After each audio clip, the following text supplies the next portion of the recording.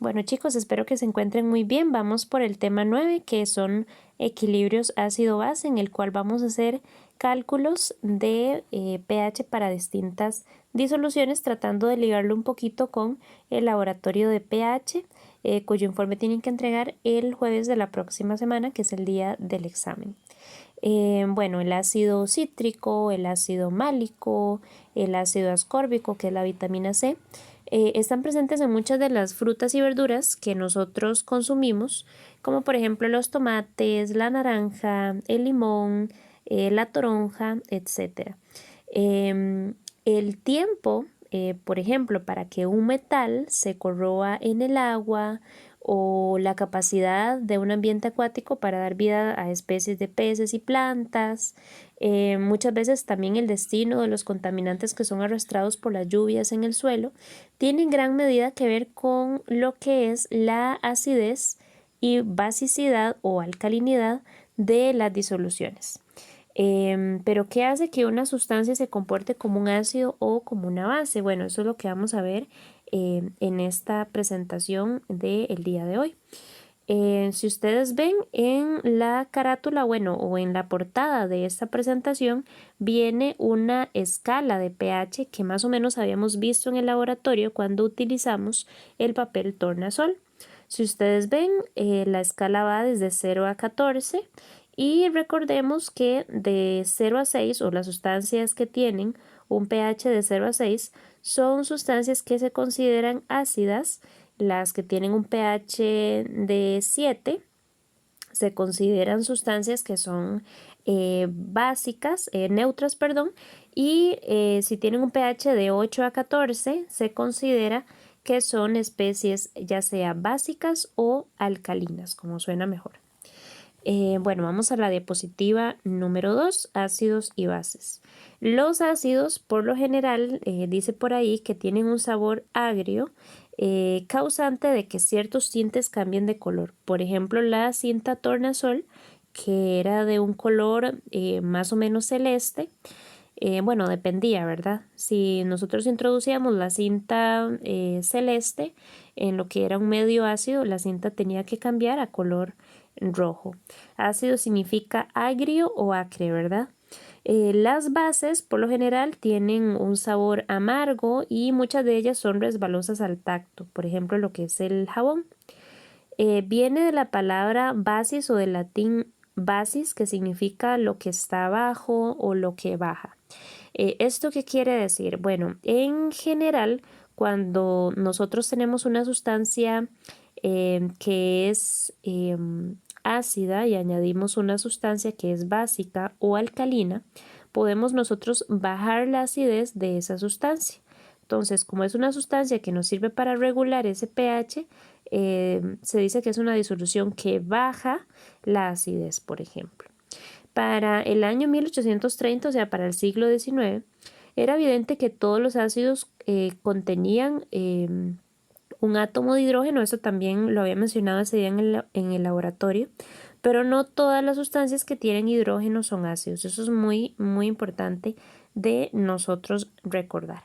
Casi siempre en un ácido, el hidrógeno casi siempre, ¿verdad?, va a estar a la izquierda de la molécula, como ese ejemplo que tenemos en la diapositiva 2 del cloruro de hidrógeno. Arrhenius, que era un científico sueco, vinculó el comportamiento de estos ácidos con la presencia de esos iones, hidrógeno o H+, y el comportamiento de las bases con la presencia de hidroxilo en solución acuosa, o sea, OH, hidróxido, ¿verdad? En solución acuosa. Entonces, esto quiere decir que un ácido, cuando yo lo pongo en contacto con el agua o formo una disolución en agua, como aparece por ahí la reacción del cloruro de hidrógeno en agua, siempre me va a generar o se va a disociar aumentando la concentración de H+ en el agua, ¿verdad? Disociar es que se va a separar. Entonces, por ejemplo, ahí el cloruro de hidrógeno está disociado en hidrógeno y ion hidrógeno y el cloro, ¿verdad?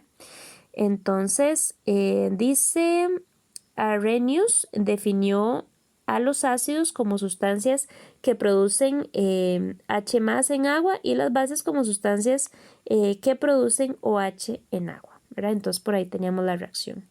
Vamos a la diapositiva número 3. Ácidos y bases de Bronsted-Lowry.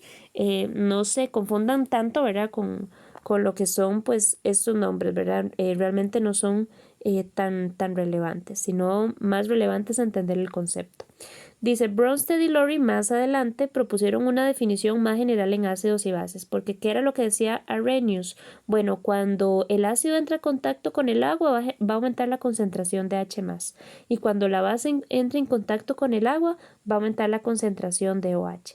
Pero si ustedes ven, estamos hablando de medios acuosos. Sin embargo, Bronsted y Lowry quisieron llevarlo un poco más lejos y por eso en la diapositiva número 3 les coloqué que ellos propusieron una definición más general para ácidos y bases, no solamente decir aumenta la concentración de H más o aumenta la concentración de OH, sino que ellos dicen de que las reacciones ácido-base, que así se les conoce, implican la transferencia de iones hidrógeno de una sustancia a otra. Entonces, por ejemplo, tenemos un átomo de hidrógeno que podemos decir que se desprendió del ácido clorhídrico que tenemos un poco más arriba y ese se va a unir con una molécula del agua, formando esta molécula que aparece en la diapositiva número 3, que es H3O+, que se le llama ion hidronio. Entonces dice, esta pequeña partícula con carga positiva interactúa fuertemente con los pares electrónicos de las moléculas de agua para formar iones hidrógeno hidratados, o sea, ion hidronio H3O+. Moviéndonos a la diapositiva número 4, encontramos esa relación o esa ecuación, del cloruro de hidrógeno más agua para dar iones hidronio, así se les llama, más un ion cloruro. Entonces, ellos definen que que un ácido es una sustancia capaz de donar un protón a otra sustancia. Si ustedes ven ahí el HCl es el ácido y él le va a donar un hidrógeno a la molécula de agua. Por eso se forma el hidrógeno. Entonces, ese HCl le dona un átomo de hidrógeno, el H2O, y el H2O pasa de ser H2O a H3O+, y por esa pérdida que el ácido clorhídrico tuvo del hidrógeno, queda el ion cloruro como producto ahí solito. Entonces, por eso se dice que un ácido es una sustancia que dona o que es donadora de protones a otra sustancia.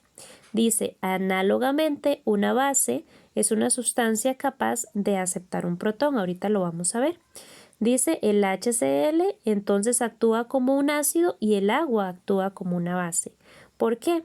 Porque el ácido se desprendió de su hidrógeno, el cloruro de hidrógeno, y el agua lo aceptó. Entonces, el ácido es el HCl y la base es el agua. Vamos a la diapositiva número 5 y en este caso tenemos el ejemplo del amoníaco. Tenemos el amoníaco más agua.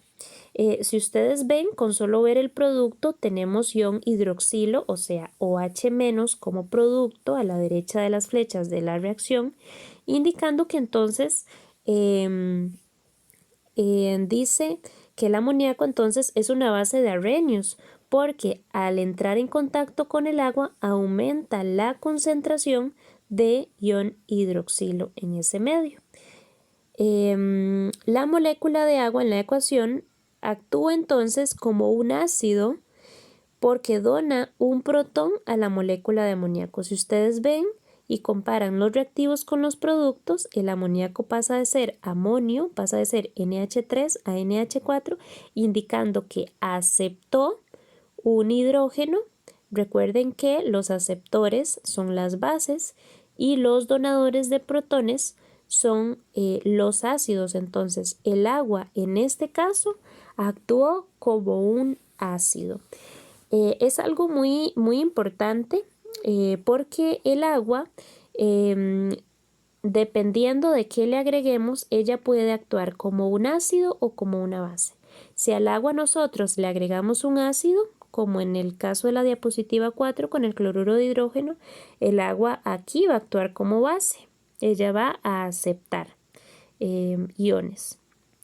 Pero en cambio, si nosotros adicionamos una base al agua, ella va a actuar como un ácido, haciendo ¿qué? Donando electrones, ¿verdad? Entonces, a esta sustancia que actúa como un ácido y como una base, se le llama anfótera. Y un ejemplo clarísimo de eso es el agua, que dependiendo qué le agreguemos, ella acepta o dona electrones.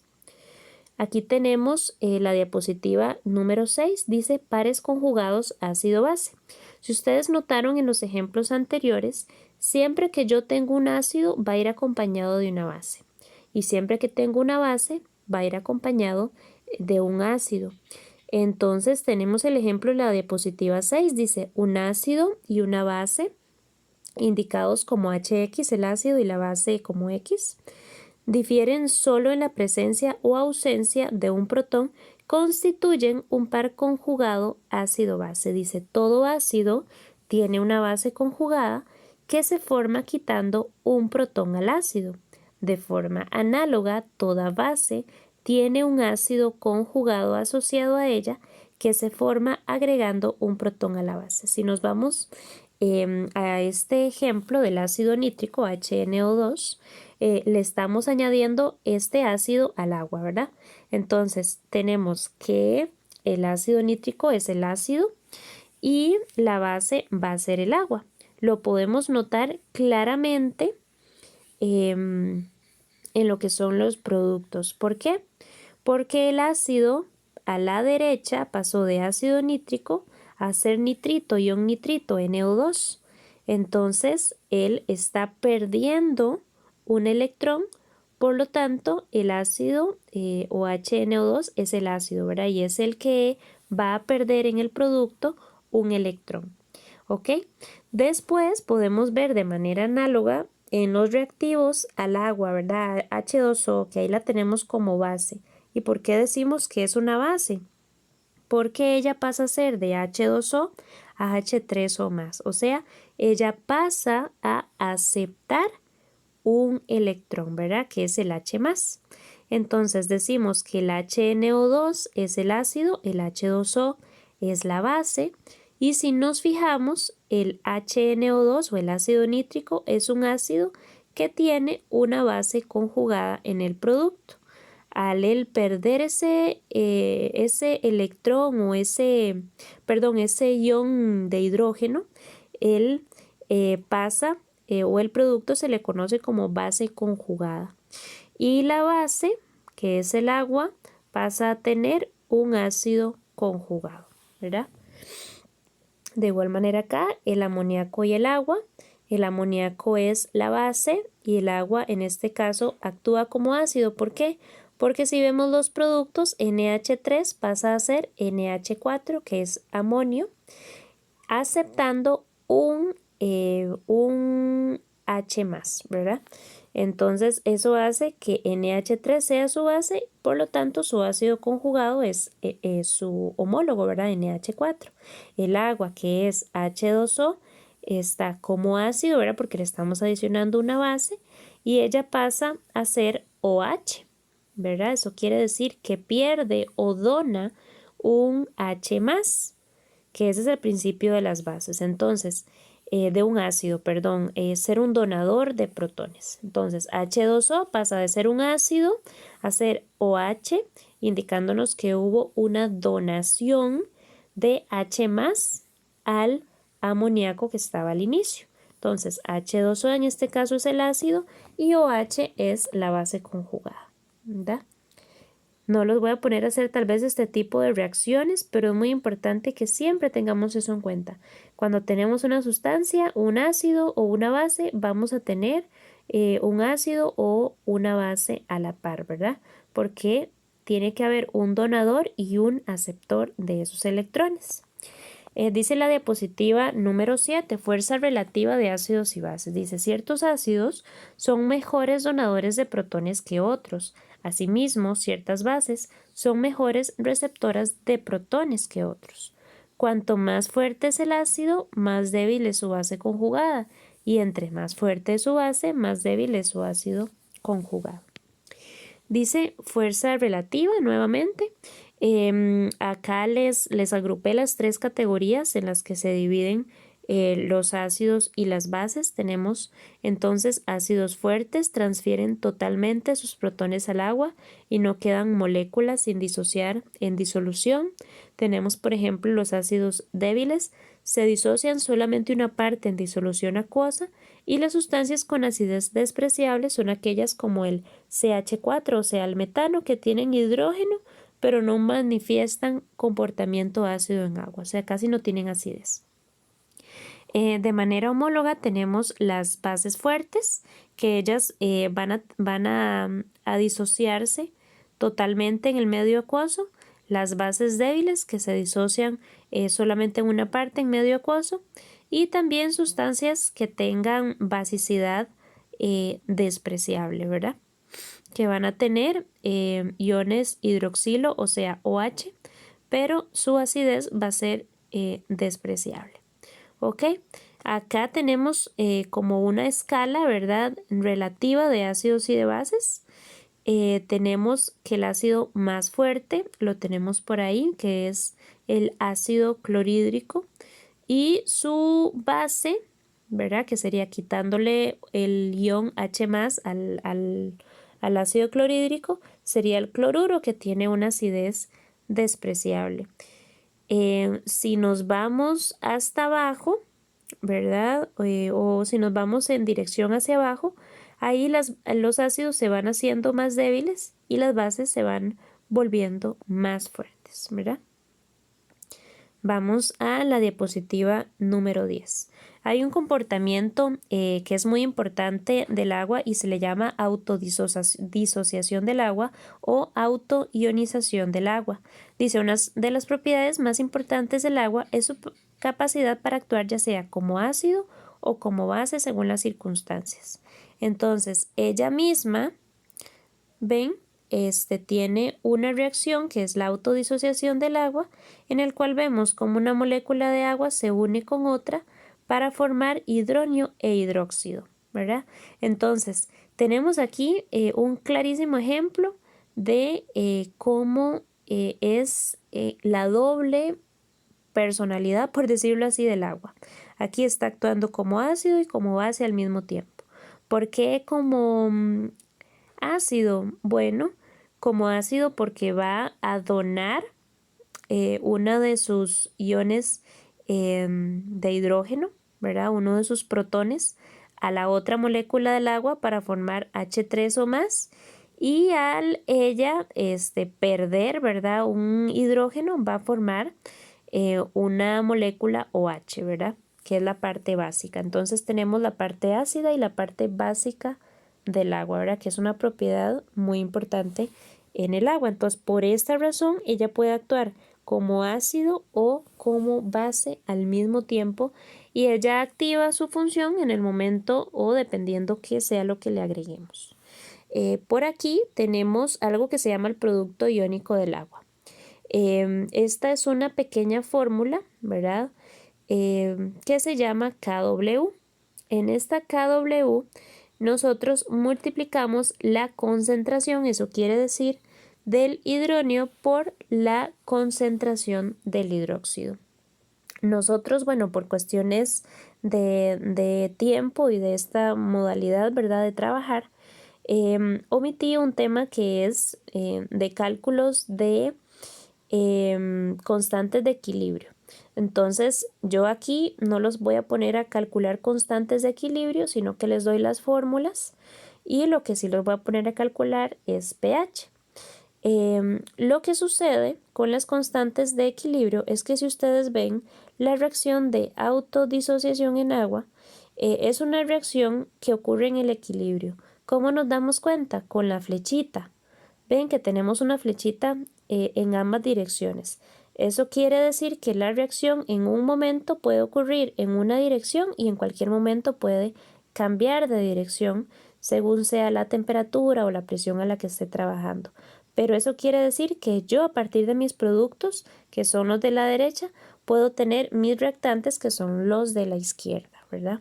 Entonces, cuando esas reacciones son en equilibrio, o sea que pueden ocurrir a cualquier dirección, a eso se le llama, o esa reacción va a ser una reacción en equilibrio, la cual va a tener una constante de equilibrio, la cual me va a decir a qué velocidad va a ocurrir la reacción en un sentido o en el otro, ¿verdad? Yo por acá ya les doy la constante de equilibrio que me va a relacionar la multiplicación de los productos. La constante del agua siempre se va a mantener, Kw siempre va a ser la concentración de hidrógeno por la concentración de hidróxido y eso siempre va a ser igual a 1,0 por 10 a la menos 14. Dice, el protón hidratado se representa indistintamente como H más o como H3 o más, ¿verdad? Por eso a veces ven que les pongo H más o H3 o más. Se utiliza de manera análoga. Entonces tenemos esta otra reacción colocándolo en vez de H3 o más como H más. Entonces tenemos que Kw puede ser o es lo mismo que decir H3 o más por OH o H más por OH. Eso siempre me va a dar igual a 1,0 por 10 a la menos 14. ¿Eso qué quiere decir? Que nosotros vamos a utilizar la constante de disociación del agua para calcular las concentraciones de hidrógeno y las concentraciones de OH. Dice, en una disolución neutra, la concentración de hidrógenos y de OH en el agua siempre va a ser la misma concentración, por eso se mantiene neutra. Pero en una disolución ácida voy a tener mayores concentraciones de H más y en una disolución básica o alcalina voy a tener más concentraciones de OH, ¿verdad? Eso es muy importante. Entonces, nosotros a partir de este dato de H más o de OH es que vamos a realizar el cálculo de lo que son los valores de pH. Eso es muy importante. Vamos a hacer unas prácticas de la diapositiva número 13 y número 14 para que puedan entender un poco más el concepto.